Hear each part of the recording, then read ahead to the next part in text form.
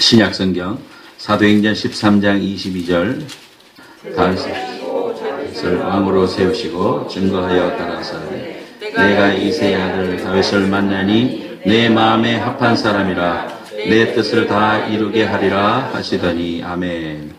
오늘 이 말씀을 근거로 해서 하나님 마음에 맞는 사람 다 같이 따라해 봅시다. 하나님 마음에 맞는 사람. 하나님 마음에 맞는 사람. 성경에 보니까 하나님 마음에 합한 사람 이렇게 다윗을 말합니다. 새벽기도마다 지금 사무엘 상하의 말씀을 묵상하고 있습니다. 그런데 성경에 이 사람은 내 마음에 합한 사람이다. 이 합한 사람이다라는 말을요. 다른 버전에 보면은 내 마음에 맞는 사람 그런 말을 하고 있습니다.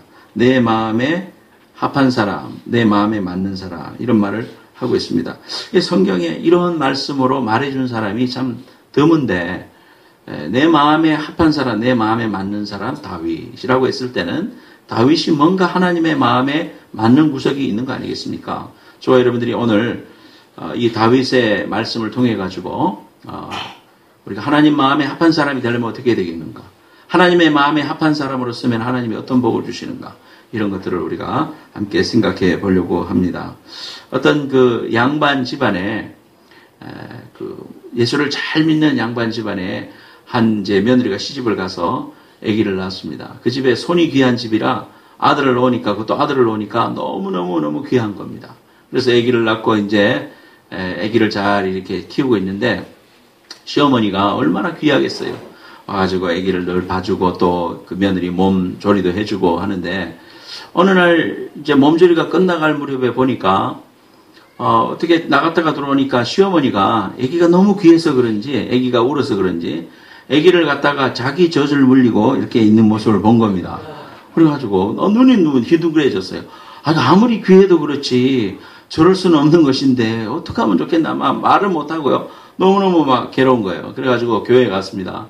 그러니까 그 어머니는 시어머니는 권사님이고 자기는 집사님인데 이제 누구한테 말하기를 뭐 하잖아요. 목사님한테 갔어요. 그래서 목사님 이렇고 이래서 지금 어떻게 이럴 수가 있는 겁니까? 이럴 수는 없습니다.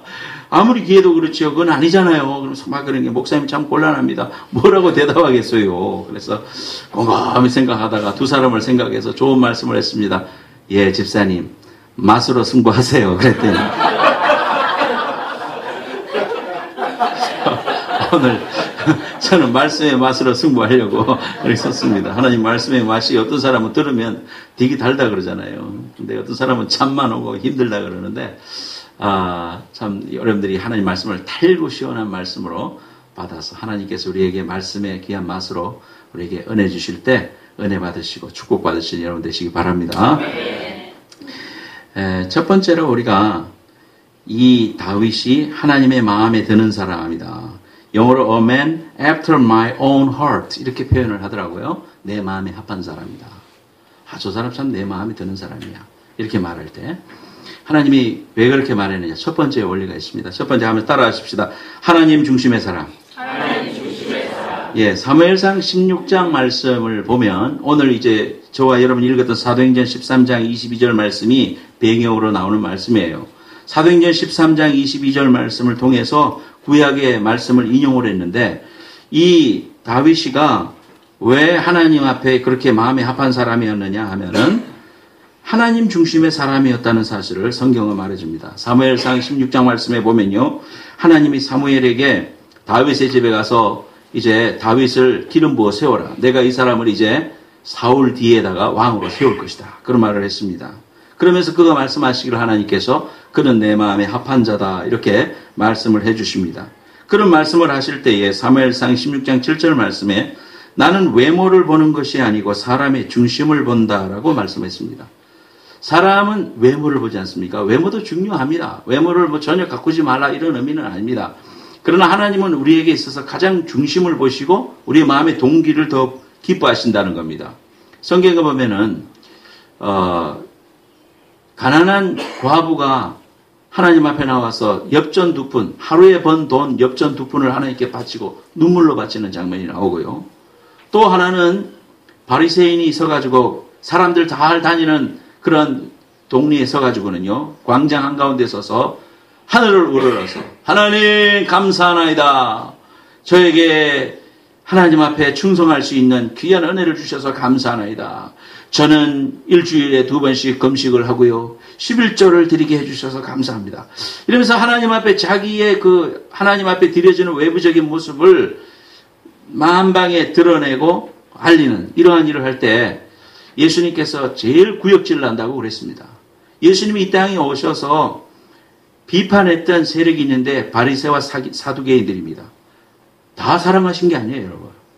그러니까 하나님의 마음에 합한 그러한 모습들을 가졌던 이 가난한 과부는요, 이게 내 번 모든 것입니다마는 부족하고 내놓을 것이 부끄럽습니다마는 하나님께 드립니다. 라면서 얼굴을 들지 못하고 하나님께 드렸고, 바리새인은 사람에게 드러내고 자기가 이것을 했다.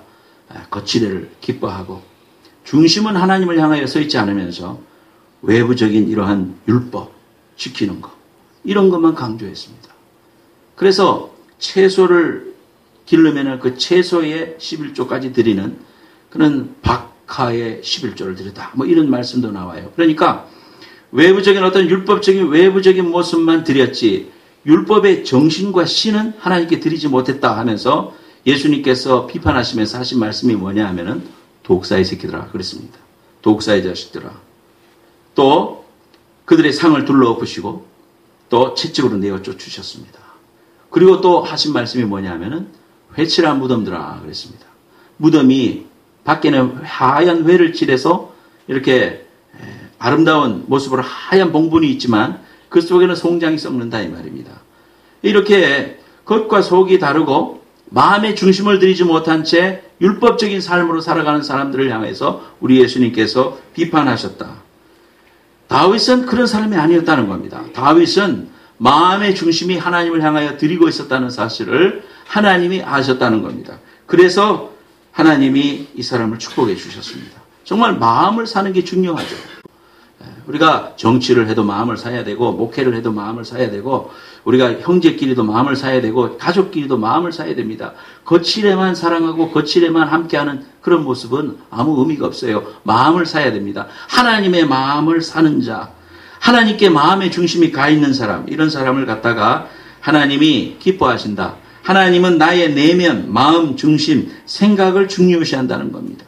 나의 내면을 더 가꾸고 채워서 하나님이 기뻐하시는 신앙인으로 설 것을 말합니다. 여러분의 중심은 지금 어디가 있습니까? 마음에 공바치가 있습니까? 예배를 드리고 있으면서도 내 마음의 중심이 하나님을 향하여 서 있습니까? 아니면 야 이거 빨리 마치고 내가 어디 가야 된다.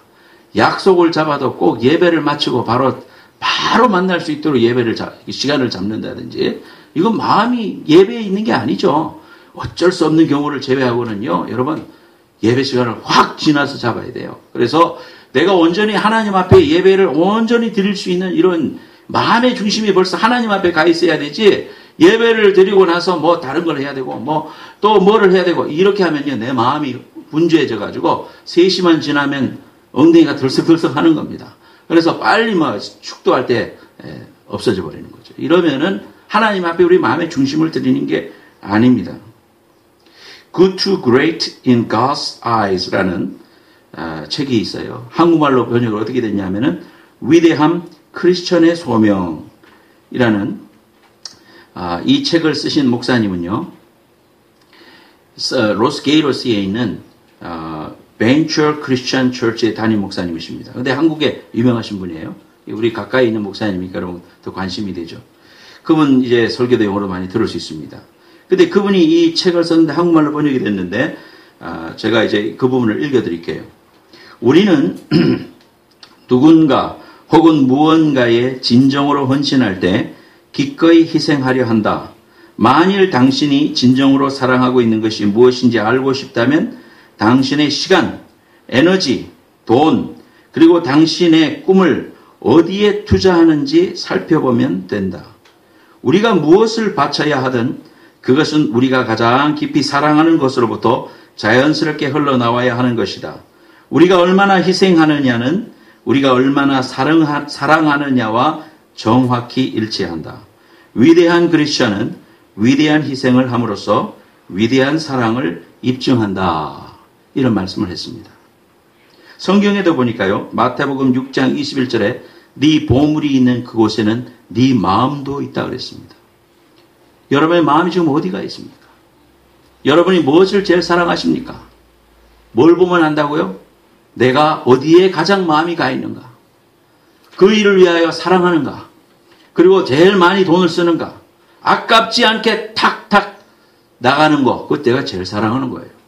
자식이 될 수도 있겠고, 그렇죠. 자식을 위해서는 돈 100불 쓰는 거 아무렇지도 않은데 바로 체크를 끊어주는데 하나님 앞에 헌물할 때는 마음이 달달 떨리고 한번 다시 생각해 본다면 여러분의 마음의 중심은 하나님 앞에 있지 않습니다. 입만 살아있는 거죠. 하나님 앞에 여러분의 중심이 들어있다면 정말 하나님을 위하여 드려질 때는 조금도 아깝지 않고 내 시간을 드리고 내 마음을 드리고 중심을 드리는 거예요. 근데 24시간 중에 주님을 위해서 얼마나 여러분이 주님을 생각하십니까? 주님만 생각할래, 딴 생각은 않을래, 주님만 따라갈래, 딴 데는 가지 않을래. 우리가 이렇게 말하는 것은요, 주님을 사랑하는 사람들, 정말 우리의 마음속에 주님을 사랑하는 사람은 주님이 나의 모든 것이고 가장 존귀한 것이기 때문에, 그래서 성경에도 네 물질이 있는 곳에 네 마음이 있다 이렇게 말씀하는 거예요. 사랑하는 여러분, 여러분이 잘 아십니다. 여러분 지난 일주일 동안 여러분의 마음속에 주님이 얼마나 위대한 존재로, 그레이트 존재로 존재하셨는가 한번 돌아보세요. 이 다윗은 하나님 중심의 사람이었다. 마음의 중심은 하나님을 향해 딱 가 있었다. 그래서 우리는 마음이 있는 곳에서 자연스러운 에너지가 흘러나와서 사역도 하셔야 됩니다. 하나님의 일을 하면서 번아웃되고 넘어지는 이유는 은혜가 없기 때문이에요. 주님을 사랑하면 주님을 위해서 일할 수 있는 거예요. 아무런 명분도 필요 없어요. 주님께 찬양하는 게 좋은 거예요. 주님을 찾아가는 게 좋은 거예요. 주님을 위해서 헌신하는 게 내게 기쁨이 돼요. 부담이 돼요? 은혜가 떨어졌어요. 하나님을 사랑하면요, 하나님을 사랑하면 아깝지 않은 겁니다. 여러분 자식 사랑하는데 자식 앞에서 아까운 게 있습니까? 그렇지 않잖아요. 우리가 하나님은 내게 있어서 가장 영광을 받으실 하나님이시거든요. 우리를 반성하고 하나님 앞에 내 마음의 중심을 드리고 이 다윗처럼 하나님의 마음에 합한 자로 인정을 받는 여러분들 되시기를 예수님의 이름으로 축원합니다. 두 번째로 따라하십시다. 예배 중심의 사람. 어떤 장로님이 토요일날 드라마를 다운해서 많이 봤어요. 그때 당시에 한명회가 했대요. 한명회가 유행을 할 때인데 너무 많이 봤잖아요. 우리가 다운해서 보다 보면은 드라마가 꼭 어디서 끝납니까? 너무 궁금할 때 끝나는 거야. 그러면은 요것만 보고 안 보자고 서로 가족 간에 약속을 했는데 딱 끝나게 되면 어떻게 됩니까? 틀어. 빨리 틀어. 다음에 요것만 딱 보고 보지 말자. 틀어. 아마 100사람이면 100사람이 그런 마음이 생겨요. 그러다 보니까 너무 많이 봤네? 동이 트는 거야. 동이 트는 이 아침에 야 이제 교회를 가야 되잖아. 잠도 못 자고 나왔어요. 그래서 이찬복 장로님이 되셔갖고는 이제 기도하러 나왔어. 머리를 숙이고 하나님 아버지 대표 기도하는 거요. 하나님 아버지 성은이 망한 것 가나이다. 그랬대. 진짜로 그랬대. LA에서. 그러니까 우리 예배의 마음이 아니고 지금 여러분 여기 앉아서 지금 월드컵 지금 몇 시냐. 목사님 빨리 설교 끝나야 될 때 오늘. 지금 그 생각이 가득 찼을 거예요. 이해는 가요. 근데 우리가 예배 중심의 사람이 돼서 이런 부분들에서 우리가 하나님 앞에 온전히 서야 되겠다 이거죠. 다윗은 평생 하나님께 예배드리는 삶에 충실했습니다. 시편 27편 4절 말씀에 하나님과의 사귐이 있는 자의 기도라고 기록이 되어 있는데요. 4절 말씀에 보면요. 다윗이 고백하기를 내가 여호와께 바라는 한 가지 일 그것을 구하리니 곧 내가 내 평생에 여호와의 집에 살면서 여호와의 아름다움을 바라보며 그의 성전에서 사모하는 것이라 그랬습니다. 다윗의 시를 보면 성경에 많은 성경을 썼지 않습니까? 시편에. 다윗의 시에 보면 구구절절해서 성전에 대한 그리움, 하나님을 향한 찬송, 즐거움이 있어요. 쫓겨다니면서 곧 죽게 생겼는데도 하나님을 향해서 찬송하고 영광 돌리는 귀한 은혜를 보면요. 우리 새벽마다 성경을 읽으면서 얼마나 은혜가 되는지 몰라요. 지금 이런 상황은 찬송할 수 있는 상황이 아닌데 그런데 내 입술을 보면은 하나님 앞에 그런 상황에서 찬송하기보다는 하나님 앞에서 원망하기 좋아하고 또 걱정하기 좋아하고 세상을 향하여 자꾸 의지하려고 하는 이런 믿음이 없는 이런 모습을 바라보면서 야, 다윗은 정말 하나님의 마음에 아픈 사람이 맞다. 그런 생각을 할 때가 너무나 많습니다. 매일같이 사울로부터 쫓겨다니는 삶을 살면서도 오직 하나님만 바라보고 의지했던 사람. 다윗은 점점 강성해졌습니다. 그러나 하나님의 예배보다는 자기의 열등감을 회복하기 위해서 다윗을 죽이려고 쫓아다녔던 사울은 하나님 앞에 버림받습니다. 하나님 앞에서 온전히 서지 못하게 되고 하나님의 그 축복에서 떠나게 되는 겁니다. 다윗이 그렇게 오직 하나님만 의지하는 신앙으로 예배하며 살아갈 때에 하나님은 다윗을 지켜주십니다. 내가 사망의 골짜기를 지날지라도 내가 두려워하지 않을 것은 주께서 나와 함께 하심이라는 귀한 고백을 하게 되는 것입니다. 여러분, 역사적으로 보면 제가 역사를 전공했다고 그랬죠. 역사적으로 보면 예배를 거부한 사람, 예배를 거부한 국가가 성공한 예가 없습니다. 하나님을 복음을 받아들이고 믿음으로 산 사람들마다 하나님께서 내 영혼이 잘된 같이 범사가 잘되게 해주셨어요. 국가도 융성하고 부귀하게 해주셨어요. 그러나 하나님을 거부하고 신앙생활을 하던 교회를 핍박하고 문을 닫고 이런 이야기를 들으면요. 아, 이거는 이제 망할 징조가 됐구나. 하나님께서 반드시 가만히 놔두시는구나. 이걸 우리가 역사의 교훈을 알아요. 역사 공부는 그렇게 해서 하는 거예요. 정부가 이렇게 하다가는 결국은 구테타로 인하여 멸망하겠구나. 이런 걸 우리가 예견하며 바라보는 게 역사의 교훈이거든요. 왜냐하면 역사라는 건 영어로 history라고 그럽니다. his story. 하나님이 대문자 h를 써서 his, 하나님을 의미하는 거예요. his story. 하나님께서 붓의 주인공입니다. 그렇기 때문에 하나님이 써나가시는 모든 일에 주권을 하나님이 쥐고 계십니다. 우리가 볼 때는 독재자가 이렇게 압제를 가하고 저 북한 땅이 언제나 멸망하려나 너무너무 안타깝다. 선교사님 와가지고 북한에서 교인을 만났는데 아무 말 없이 손을 꽉 잡는 그 사람을 느꼈다고 그러잖아요. 제 마음이 너무너무 아프더라고요. 그리고 예배드렸다고 공개 총살시키는 이런 나라가 세상에 어디 있습니까? 근데 그 평양이라는 곳이요. 옛날에 우리 어머님이 다녔던 한국의 예루살렘이라고 했습니다. 동양의 예루살렘이라고 했습니다. 얼마나 많이 열심히 신앙생활을 하고 물론 6.25 때 많은 분들이 대다수의 사람들이 이남으로 피난을 했지만 왜 피난했겠습니까, 여러분? 공산주의가 교회를 핍박하고 목사님을 잡아가고 종살시키고 유배 보내고 행방불명시키고요. 교회 문을 닫고 6.25 때 이 남한 땅에 와가지고 교회에 예배드리고 있는데 밖에서 문을 다 못으로 박아가지고 불을 쏴질러 죽이고 뭐 그런 이야기들을 들어보면은 이런 말할 수 없이 만행을 저질렀습니다. 자, 이런 이야기 우리가 보면은, 야, 그리고 전쟁이 나고도 지금 60년이 지났는데, 어찌하여 이 땅에 하나님 통일을 허락하지 않습니까? 저 북한 땅에 숨죽이면서 오늘도 눈물을 흘리면서 예수 믿는단 말하면 죽으니까, 쏘고는 하나님을 향하여 부르짖는 사람들의 기다림이 60년인데, 하나님 저들의 압제를 풀어주십시오. 날마다 눈물로 기도가 나옵니다. 저 북한 땅에. 이러한 모습들을 바라보면서도요, 우리가 알 수 있는 교훈 중에 확신은 뭐냐?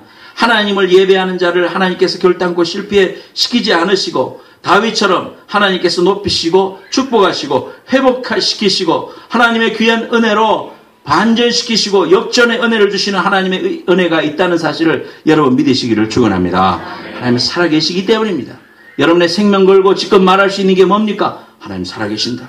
나를 사랑하시고 우리의 인생의 생사화복을 아시고 나의 신음까지도 응답해 주시는 하나님이라는 사실을 여러분 믿고 있지 않습니까? 그 하나님은 결코 우리를 실망시키는 분이 아니십니다.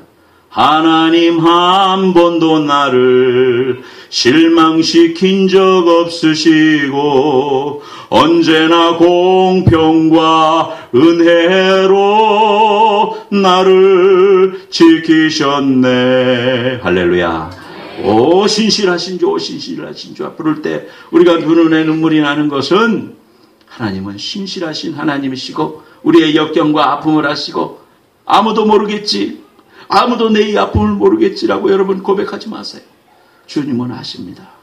비록 내 배우자도 함께 베개를 베고 자고 있는 아내도 모르고 쿨쿨 잠만 자서 야속하게 느껴질 때도 하나님은 아신다는 겁니다. 하나님은 나의 형편과 처지를 아시고 나의 기도를 아시고 나의 예배를 기억하신다는 사실이에요. 일본이 그렇게 예배 드리는 것을 한국에 와서 방해하고 교회의 문을 닫게 하고 신사참배를 강요하더니 1945년에 원자탄 맞고 망했습니다. 히틀러가 독일 교회로 하여금 자신에게 충성하도록 강요하더니 끝내 망해버렸습니다. 그러나 예배 드렸다고 헌신하고 애쓰는 나라들마다 복을 받고 하나님의 자녀가 됐습니다. 우리 한국 땅이 그렇지 않습니까, 여러분? 우리 한국 땅이 그렇게 됐지 않습니까? 예배 중심의 신앙을 살아서 다윗처럼 복받는 여러분 되시기를 예수님의 이름으로 축원합니다.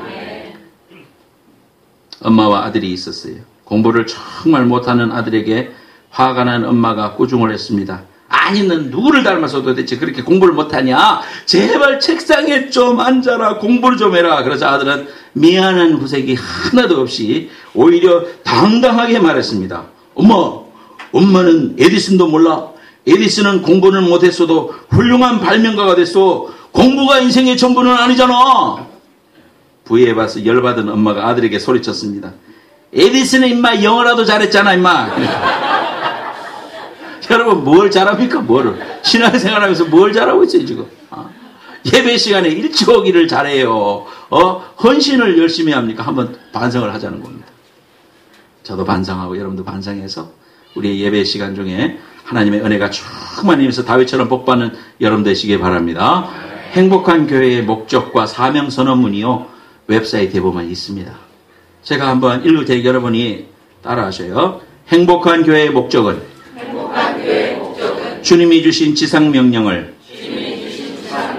성취하는 데 있습니다. 주님이 주신 지상 명령이라는 것은 너희는 가서 모든 족속으로 제자를 삼아, 그 부분입니다. 사명 선언문이 있어요. 미션 스테이트먼트. 우리 교회 미션 스테이트먼이 있습니다. 따라서 행복한 교회는 능력 있는 예배를 통해 그리스도의 참된 제자가 되게 하고 땅 끝까지 복음을 전하여 하나님의 나라를 확장하는 데 있다. 할렐루야. 우리 교회의 교인들은 이것 때문에 모이는 거예요. 그러니까 제일 뭐예요? 예배를 통하여 은혜를 받고, 예배를 통하여 능력 있는 예배를 통하여 참된 그리스도의 제자가 되는 게 우선입니다. 복음 전하는 거 그 이전에 하나님의 자녀가 먼저 돼야 돼요. 그리고 하나님이 주시는 그 열정으로 내가 충만해서 일을 해야 돼요. 그래야 하나님이 받으시는 거예요. 내 중심을 받으시는 거예요. 우리가 은혜를 받고 예배를 드리고 말씀을 듣고 찬양을 하고 충분히 시간을 드립니다. 아까도 말했죠. 우리는 1시 반에 예배 드려서 3시에 끝납니다. 1시간 반 예배 드립니다. 여러분 가운데서도 그런 이야기 제가 많이 들었어요. 하루가 다 간다. 하루가 이민생활 중에 할 일이 너무 많은데 1시 반에 예배 드리면 하루가 다 가서 이해가 갑니다. 그러나 여러분 또 다르게 한번 생각해 보십시다. 주일은 누구의 날입니까? 주님의 날이거든요. 그러니까 우리의 마음의 중심을 들여서 내가 어차피 주를 위하여 살겠다. 이런 마음으로 하나님 앞에 살면요, 하나님께서도 기쁨을 주시고 여러분에게 그 귀한 은혜를 통해서 내가 오늘 예배를 통해서 은혜를 받지 못하고 예배를 통하여 회복당하지 못하면은 그 다음 주에 일주일이 실패의 연속입니다. 성령 충만해도 악한 마귀 우리를 잡아들이려고 얼마나 노력하는지 몰라요. 저도 마찬가지예요, 여러분. 얼마나 공격이 있는지 몰라. 넘어지기도 합니다. 막 하나님 앞에 발버둥 치고 믿음으로 살려고 하는데 하물며 여러분들이 하나님 앞에 내가 정말 주일은 주님의 날이다. 최선을 다하여 예배 전 시작 전 15분 전에 가서 예배를 준비하고 성경을 찾아보고 또 내가 할 일이 없을까 찾아보고 그렇게 해서 우리가 예배를 중심으로 기도하고 준비해야 됩니다. 예배 전에 교제하고 막 이야기하고 희닥거리고 웃지 말고 여러분들이 그날은 와서 하나님 앞에 정성을 다하여 예배를 드릴 마음의 준비를 해야 돼요. 준비가 없이 무슨 일이 일어납니까? 운동도 준비 운동 안 하면 다칩니다. 그런 것처럼 우리의 마음의 중심이 하나님을 향하여 쓰도록 내 마음을 다하여 내 성품을 다하고 뜻을 다하여 정성을 다하여 하나님을 사랑하라. 그렇게 예배해야 됩니다. 그런 마음의 준비가 안 돼 있는데 아무리 은혜의 말씀이 쏟아져도 그 말씀이 은혜가 안 되는 거예요. 여러분들이 힘드는 거예요. 의자도 불편합니다. 1시 반에 예배입니다. 또 예배 쳐서도 좋지 못합니다. 그럼에도 불구하고 우리 교회가 성장하고 여러분들이 하나님 앞에 나와서 이렇게 열심으로 하나님 앞에 헌신할 수 있으면 하나님께서 우리 교회에 예배 중심의 귀한 은혜와 철학을 가지고 여러분들이 열심을 다하여 헌신하고 애쓰시고 정말 하나님 앞에 발버둥침으로 오늘까지 달려온 줄로 믿습니다. 이 귀한 은혜를 잊어버리면 안 됩니다. 어제 오재원 집사님이 엘카미노의 한 자동차 정비소에 차를 고치러 갔대요. 근데 그분이 이제 교회 이야기를 하다가 행복한 교회를 다닌다 그러니까 다른 교회 출석하시는 분인데 너무너무 반가워하면서 행복한 교회 CD를 통해서 제가 은혜를 너무너무 많이 받습니다. 그러면서 이제 뭐 몇 가지 피드백을 해주시더래요. CD가 나오다가 중간에 튀기도 한다. 차에서는 되는데 집에서는 안 된다. 뭐 이제 이런 이야기 해주셔요. 그래서 또 담당자니까 알겠습니다. 이제 받아 적었대요. 그러면 이분이요 너무너무 은혜 받는다 그러면서 감사한금을 탁 적어가지고 CD 사는데 보태서 하시라고 그러면서 이렇게 격려해 주시더래요. 그래서 어제 힘이 많이 됐죠, 그죠? 네, 그래서 너무 열심히 사역의 귀한 은혜를 가지고 그렇게 해요. 그래서 이러면 말하지 말고. 그리고요, 제가 등산을 한 번씩 가면은요, 등산에서 어떻게 사람을 만났는데 어떻게 이야기하다가 저는 행복한 교회 뭐 이렇게 이야기하면 오상준 목사님이십니까? 그래요. 제 이름을 어떻게 하십니까? 제가 CD를 통해서 은혜를 많이 받습니다. 그러면서 인사를 많이 하셔요. 그런 분들이 많이 있어요. 우리가 이렇게 귀한 우리 교회를 자랑스럽게 생각하고 말씀에 대한 권위와 또 여러분 자신의 교회에 대한 자부심과 정말 우리 교회를 향한 그 사랑과 우리 교회 예배를 통하여 회복되고 은혜가 넘치도록 기도하고 애쓰고 노력하고 있다는 사실을 아셔야 됩니다. 1시 반 예배를 위해서 우리는 12시에 모여가지고 기도하지 않습니까? 왜 준비 기도회를 합니까? 준비 기도회를 해서 영적으로 하나님 앞에 하나 되고 하나님이 임재하시고 성령이 도와주시는 그런 예배가 돼야 되겠다. 우리 성도들이 거저 왔다 거저 가는 심령이 한 사람도 없어야 되겠다. 우리 성도들을 위해서 중보기도 합니다. 영적인 중보기도를 하고 악한 영의 마귀의 역사를 다 결박을 풀어버리는 그런 기도를 대적 기도를 하는 것입니다. 그런 기도를 통하여 여러분들이 예배에 나오시는 거예요. 그래서 은혜를 받는 거예요. 하나님이 은혜 주셔서 일도 풀리고 기도 응답도 받고 하나님의 은혜를 경험하게 되는 겁니다. 사랑하는 여러분, 우리 교회는 늘 부흥회죠. 부흥회하고 하나님 앞에 찬송 뜨겁게 하고 정말 하나님 앞에 열심으로 기도하고 예배에 목숨을 걸고 예배를 향하여 우리의 마음의 중심을 드리고 그래서 하나님이 주시는 귀한 다윗의 장막의 축복. 이 다윗의 아들 솔로몬도요 자기가 왕이 된 다음에 바로 1000번제를 시작했습니다. 이 1000번제를 하나님 앞에 드렸단 말이에요. 1000번의 예배를 드렸단 말이에요. 그는 뭐예요? 아버지 다윗으로부터 배운 거예요. 하나님 앞에 예배의 귀한 은혜를 경험한 겁니다. 아벨의 제사는 하나님이 받으셨습니다. 그 예배의 귀한 은혜, 예배 중심으로 선자 다윗은 예배의 사람이라고 해도 과언이 아닙니다. 오늘 저와 여러분들이 하나님 앞에서 이런 귀한 은혜를 가지고 그저 형식적으로 드렸던 예배를 회개하고 마음의 중심을 드리지 못했던 예배를 회개하고 또 십자가 보혈로 내가 하나님 앞에 구원받아 예배 드릴 수 있는 이 은총과 축복을 어쩌면 나에게 오늘 이 시간의 예배가 저와 여러분의 마지막 예배가 될 수도 있기 때문에 마음을 다하여 뜻을 다하여 정성을 다하여 최선을 다해서 주 너의 하나님을 사랑하고 찬송을 해도 열심으로 헌신을 해도 기쁨으로 마음의 중심을 들여 주님을 사랑해서 우리 교회 예배를 통하여 많은 영혼들이 힘을 얻고 하나님 앞으로 가까이 가는 귀한 은혜를 경험하는 여러분들 되시기를 예수님의 이름으로 축원합니다. 머리 숙이겠습니다. 통성으로 회개하면서 하나님 결단하면서 기도하십시다. 하나님 은혜를 주옵소서. 예배의 은혜를 회복해 주시고 다윗처럼 마음의 합한 자로 하나님 앞에 서기 원합니다. 다 같이 통성으로 주여 한번 크게 부르고 통성으로 소리내서 기도하겠습니다. 주여!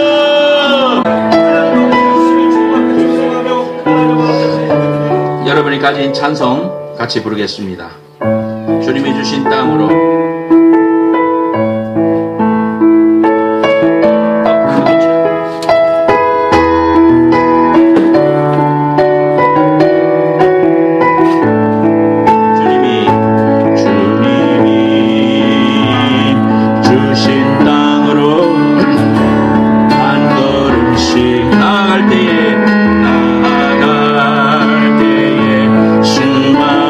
적들과